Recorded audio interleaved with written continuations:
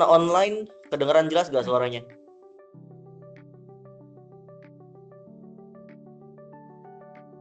Kedengeran Mas.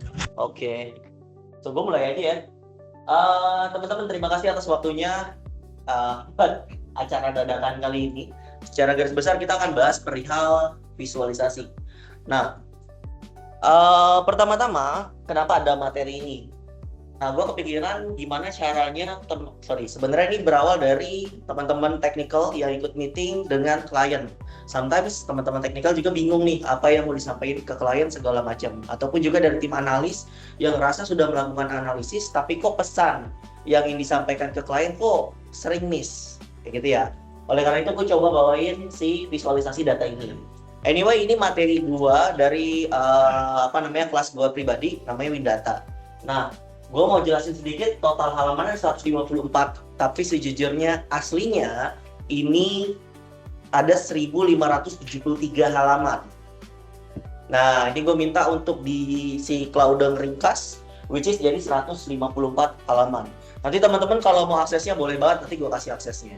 Kenapa? Karena di sini itu interaktif datanya, jadi teman-teman bisa cek lebih lanjut.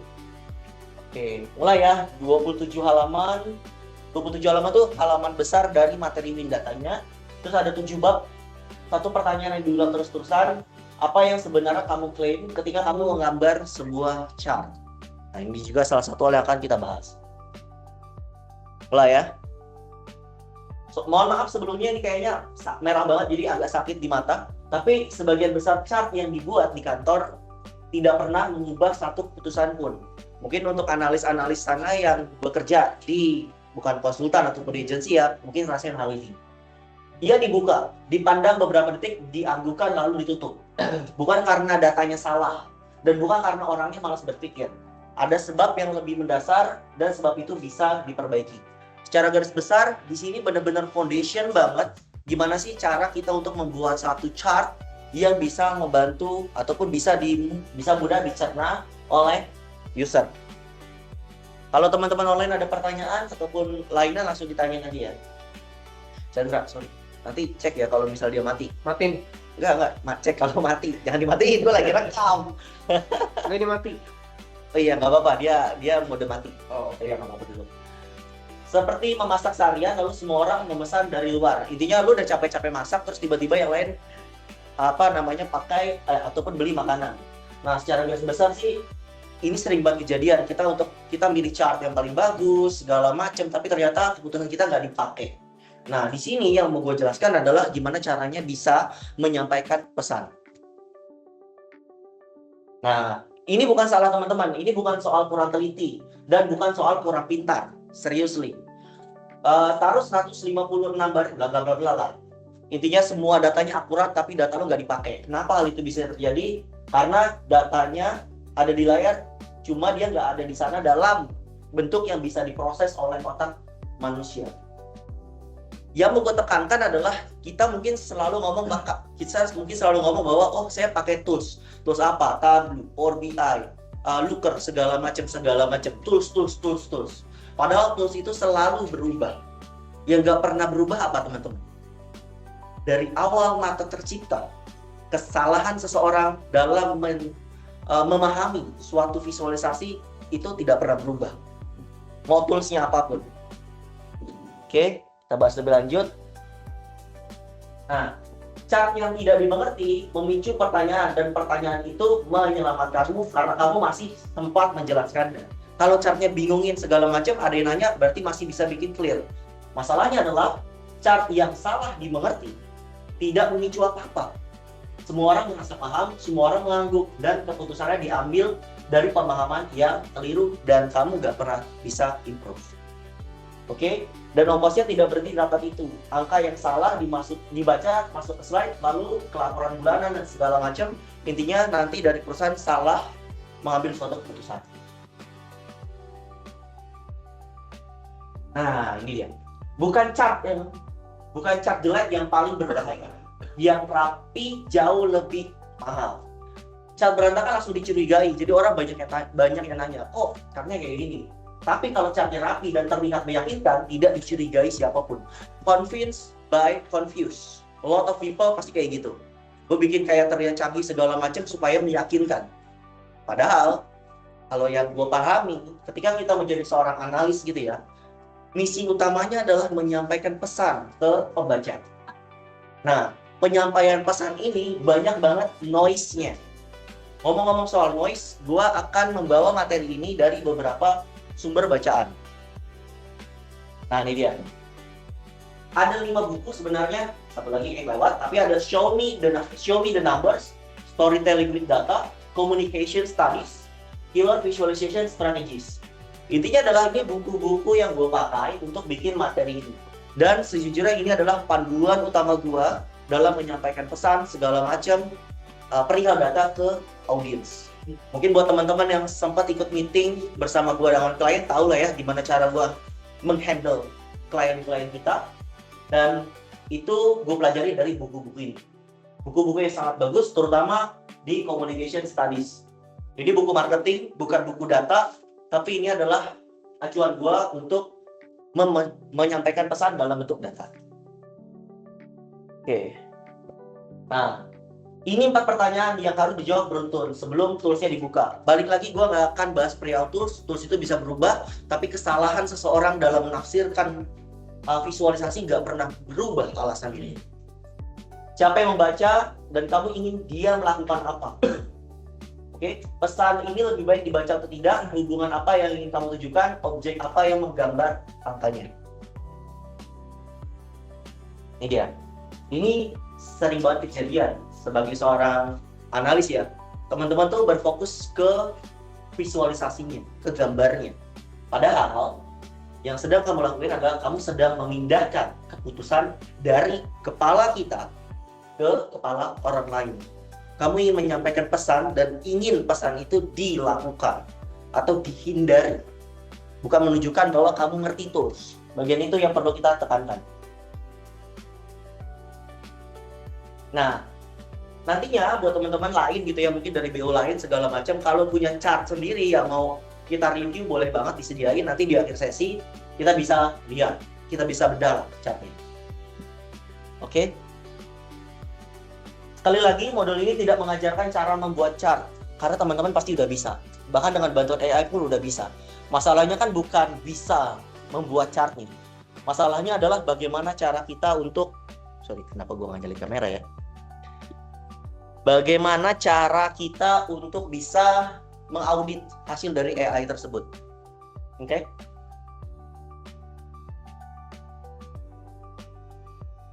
Nah, ini adalah peta perjalanan kita. Kenapa visual bekerja dan kapan tidak? Kenapa visual bekerja dan kenapa tidak? Kapan tidak ya? Pekerjaan siapa untuk membaca siapa? Sometimes kita miss gitu siapa pembacanya segala macam. Wadahnya, bedakan laporan dan dashboard. Memilih bentuk, mengerjakan bentuknya segala macam itu kita bahas di sini. Nah, baru kita masuk ke materi awal. Kenapa visual bekerja dan kapan tidak? Silakan. Ada yang mau open mic? Kalenda. Terima kasih. Bekasi menutup bulan ini di RP 412 juta. Bagus atau tidak? Nah, ini teman-teman ya. Marketing juga nih. Selalu ya, sometimes ngasih numbers doang, kelupaan ngasih tahu konteks. Makanya saya selalu bilang konteksnya apa. Jadi perlu masukin konteks. Konteks itu gimana maksudnya? Konteks itu maksudnya adalah kamu harus tahu ini besar atau kecil, pembandingnya apa, segala macam. Ini perlu banget dilakuin, terutama nanti buat tim marketing ya. Kalau ngasih angka tuh harus jelasin lebih lanjut. Oke, jadi angka itu bisa jadi berarti kalau ia berdiri di samping sesuatu. Ini yang teman-teman harus lakuin. Harus tahu nih targetnya sesuai atau enggak. Perkiraannya gimana? Aturannya kayak gimana? Sekategorinya gimana? Riwayatnya seperti apa? Intinya adalah lo harus compare angka dengan sesuatu. Jadi lo nggak bisa tuh tiba-tiba nonjolin angka doang. Itu akan jadi suatu hal yang aneh. Nah ini ya, ini konsep gue. Ini yang gue pakai. Visualisasi data adalah menerjemahkan nilai kuantitatif menjadi atribut visual yang bisa dipersepsi. Intinya adalah ketika lo membuat visualisasi, lo harus bisa menyampaikan pesan terhadap data yang sudah kita olah. Gue nggak mau tuh tiba-tiba nanti lu nambahin grid, nambahin elemen-elemen lain yang memang malah mengganggu pesan yang ingin kita sampaikan. Gitu. Panjang, posisi, luas, intensitas warna, semua elemen yang ada di suatu halaman dashboard ataupun report itu harus mendukung pesan yang ingin lu sampaikan. Ini bukan soal cantik-cantikan, keren-keren. Oke? Jadi sejujurnya gini, yang gue selalu lihat teman-teman banyak orang-orang yang fokus ke kecantikan, ke estetika.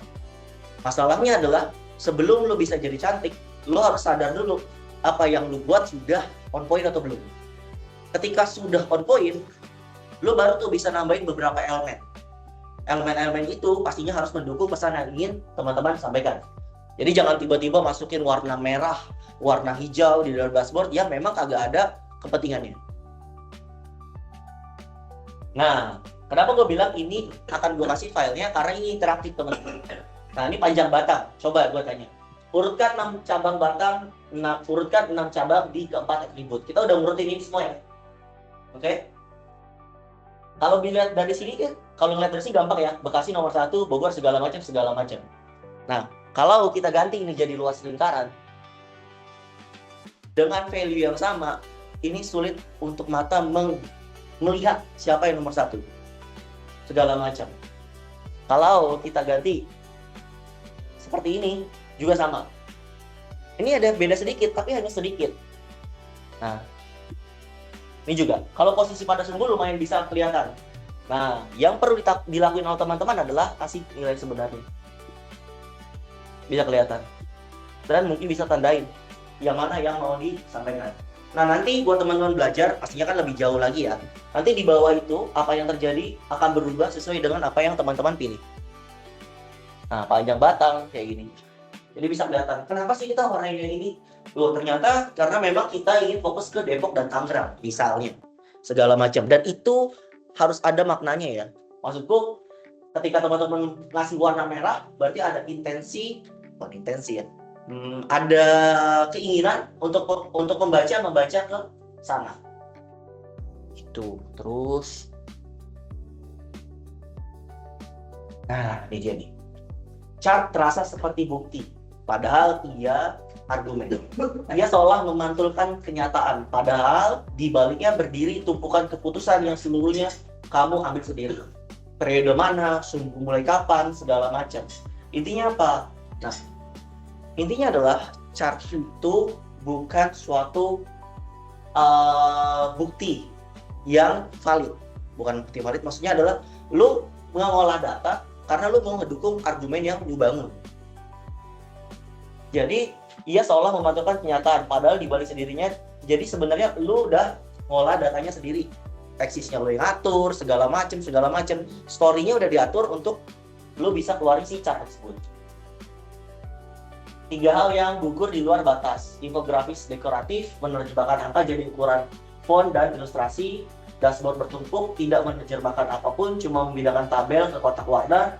Grafik untuk 2 angka, menerjemahkan sesuatu yang tidak perlu diterjemahkan. Secara garis besar nanti kita akan bahas lebih lanjut. Oke. Ini nih, dan ini juga mungkin spesifik buat Nura. Nur, ruang kerja otak manusia cuma muat 3-4 potong informasi sekaligus. Nah, tadi di chart yang kita buat, chart grafik garisnya ya, chart grafik line itu ada batasannya sebenarnya. Misalnya cuma di 4 garis batang, 4 garis line chart yang bisa kita tampilin untuk otak manusia menerima dengan mudah.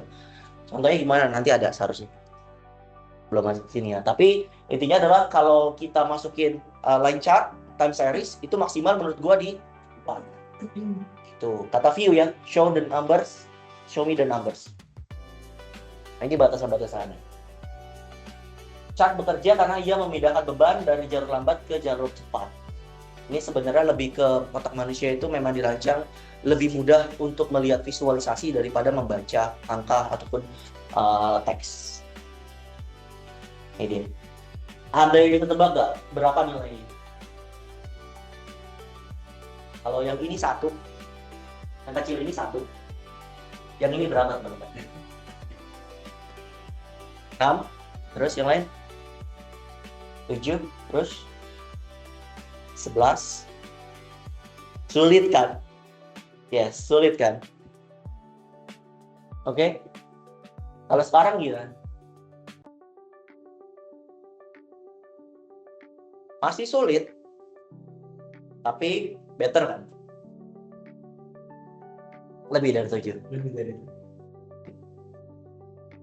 16. Jawabannya 16. Lihat, kita kesulitan untuk melihat suatu visualisasi. Kenapa? Karena legendnya nggak ada. Tuh. Makanya visualisasi sebenarnya lebih ngebantu, tapi kita harus milih proper visualization untuk dikasih ke klien. Fun fact, Apple pernah melakukan hal yang menurut gua cerdas. Ada suatu momen di mana Steve Jobs itu ngelakuin presentasi dan dia menunjukkan dalam suatu visualisasi bahwa Apple itu peringkat 2, tapi dia nggak mention Apple itu peringkat 2 dari segi market share-nya. Yang dia lakuin adalah dia menampilkan, biar kelihatan langsung, Apple. Ya, yang dilakuin kayak gini. Lihat ya, 19,5% sama 39,0%. Apa yang dilakuin di sini? Dia mencoba untuk mengelabui mata kita. Secara sengaja dia membuat Apple ada di bawah, sehingga otak kita kalau nggak ada labelnya akan berpikir Apple itu sangat besar. Dan ini smart menurut gua. Tapi kalau teman-teman harusnya udah bisa paham bahwa 3 dimensi itu harusnya tidak dipakai, karena 3 dimensi itu sulit untuk otak kita memahami. Gimana? Kamu unmute ya dia. Kayak itu. Nah, ini yang sering banget kejadian. Kalau misalnya gue nge-review report, gue tuh selalu ngomong ke teman-teman, ini pesannya apa? Terus selanjutnya apa? Narasinya berkesinambungan atau enggak? Yang gagal bukan analisisnya, melainkan perpindahan makna dari kepala kita ke kepala orang lain. Sometimes kita merasa bahwa, oh, harusnya memang bacanya seperti itu. Oh, cuman rata-rata doang perhitungannya. Berarti orang lain juga paham. Tapi terkadang nyatanya, kalau visualisasi kita dikasih ke orang non-data, itu juga mungkin bisa kesulitan untuk dipahami. Ada 3 hal, gue sangat suka hal ini. Yang pertama teknis, yang kedua semantik, yang ketiga efektivitas. Teknis, apakah bentuknya sampai? Apakah bentuknya sudah tepat atau belum? Semantis, nah ini nih. Apakah bentuk yang terlihat berarti apa yang kamu maksud? Oke? Setiap angkanya benar, setiap pikselnya sampai. Maknanya tetap meleset, sungguh Y yang dipotong. Intinya adalah pemahaman kita terhadap suatu data itu bisa berbeda dengan pemahaman user kita. Dan hal itu disebabkan oleh yang namanya noise. Dari bukunya Introduction to Communication Studies, John Fiske ini ngomong ke kita bahwa kalau kita mau menyampaikan pesan, belum tentu diterima dengan baik. Pesan yang kita sampaikan contohnya, tolong dong kamu berpindah dari A ke B. Sometimes orangnya mikir bahwa, oh saya harus A ke C ke B. Penerimaan itu yang berbeda. Gimana cara kita untuk mengantisipasi hal tersebut? Caranya adalah dengan meminimalisir noise. Noise itu gangguan. Mungkin untuk anak-anak yang mungkin apa ya? Milenial ya. Nur, kita apa Nur? Kita gen apa? Milenial. Mungkin buat yang milenial tahu lah ya. Kalau misalnya kita di wartel ada telepon kan, telepon di wartel itu pasti ada noise-nya. Nah, noise itu dari sana. Dan noise itu harus dihindari. Caranya gimana? Caranya hilangkan hal-hal yang tidak mendukung penyampaian keputusan, karena itu akan mengganggu user untuk menerima apa yang ingin kita sampaikan. Terakhir, efektivitas. Setelah dibaca, benar, terus apa yang berubah? Yang paling sering terlewat, chart bisa lolos A dan B dengan mulus. Tapi tidak mengubah satupun keputusan yang ada. Sometimes kita cuma ngasih tahu informasi yang ada, tanpa membantu mendukung keputusan yang harusnya dibuat.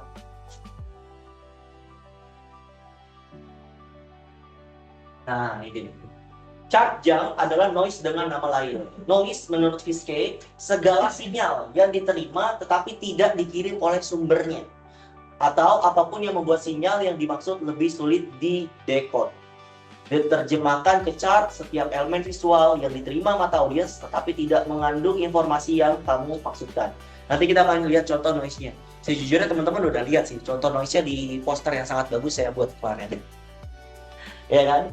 Ada saluran, pesan, pengirim, penerima. 4 titik asal noise, saluran. Ini menurutku ini patokan yang sangat bagus kalau misalnya kita ingin berbicara tentang visualisasi. Proyektor redup, layar HP 5 segala macam pesannya, efek 3 dimensi, gradien, bayangan, grid lines tebal, itu juga ngaruh. Pengirim, kebiasaan mendekorasi, warna pelangi perbatan. Penerima, perhatian terbagi, ruangan yang ramai, segala macam. Ada banyak banget noise. Sometimes, mungkin buat pria-pria ataupun wanita-wanita gitu ya, sometimes kita bisa tinggal nganggukin gini doang, kita udah tahu nih sama teman kita apa yang kita maksud. Nah, itu adalah penyampaian pesan yang sangat mudah untuk disampaikan karena pria-pria itu udah saling connect tentang konteks yang mau dibahas. Ataupun pria wanita-wanita sama lah. Nah, yang bikin susah adalah kita nggak tahu siapa yang baca report kita. Kita nggak tahu siapa yang baca dashboard kita. Oleh karena itu noise yang ada harus diminimalisir. Nah, kita coba untuk kota Richard ini. Kita mulai dari mana teman-teman? Yuk. Mulai dari mana? Gue sih paling suka 3D lah ya. Tambah lagi guys. Bayangan Batam. Warna pelangi, gokil emang. Terus, cakep ya. Tambahin lagi. Legend nanti dapat loh. Ya. Cakep banget ya. 6 noise ini aktif semuanya. Kita mungkin ketawa, tapi ada momen dimana kita ngerasa anjir keren. Masalahnya adalah noise ini mengganggu penyampaian pesan yang ingin kita sampaikan. Dan pekerjaan kita tadi adalah menyampaikan pesan. Oke? Ya. Bekasi, Bogor, Depok, Semarang jadi sulit untuk kita pahami karena warnanya warna-warni, kita tidak tahu harus fokus kemana. Jadi kalau bisa kita bersihkan semuanya sehingga mata kita bisa lihat langsung. Oh, gue harus fokus ke Bekasi ini. Kayak gitu. Oke. Nih, asumsi bawaan kebanyakan analis. Chart saya jelas, chart saya udah benar kok, konsepnya udah benar segala macam. Kalau ada yang salah paham, itu masalah audiensnya. Ini yang mau gue tekanin. Lagi-lagi mau gue tekanin. Please, kita tingkatkan yang namanya empati. Empati terhadap user kita. Oke, jadi jangan sampai lo merasa bahwa chat gue udah benar segala macam. Ya kalau memang ternyata usernya sulit untuk memahaminya, berarti lo harus yang berubah. Bahkan ada beberapa poin di mana misalnya usernya terbiasa untuk pakai chart 3 dimensi. Ya udah kasih aja chart 3 dimensi. Karena memang usernya terbiasa untuk menerima hal tersebut dan dia ngerasa sudah bisa menerima pesan dengan baik. Kenapa? Balik lagi ya teman-teman. Yang kita lakuin adalah menyampaikan pesan ke user. Kalau usernya sudah terbiasa melakukan itu, menerima hal tersebut, ya udah kita lakuin. Agar pesan kita lebih mudah untuk tersampaikan. Walaupun salah secara teknikal. Tapi itu rare case sih. Dan gue pernah ngelakuin hal tersebut. Yang gue lakuin adalah bukan mentah-mentah ngasih seperti itu. Tapi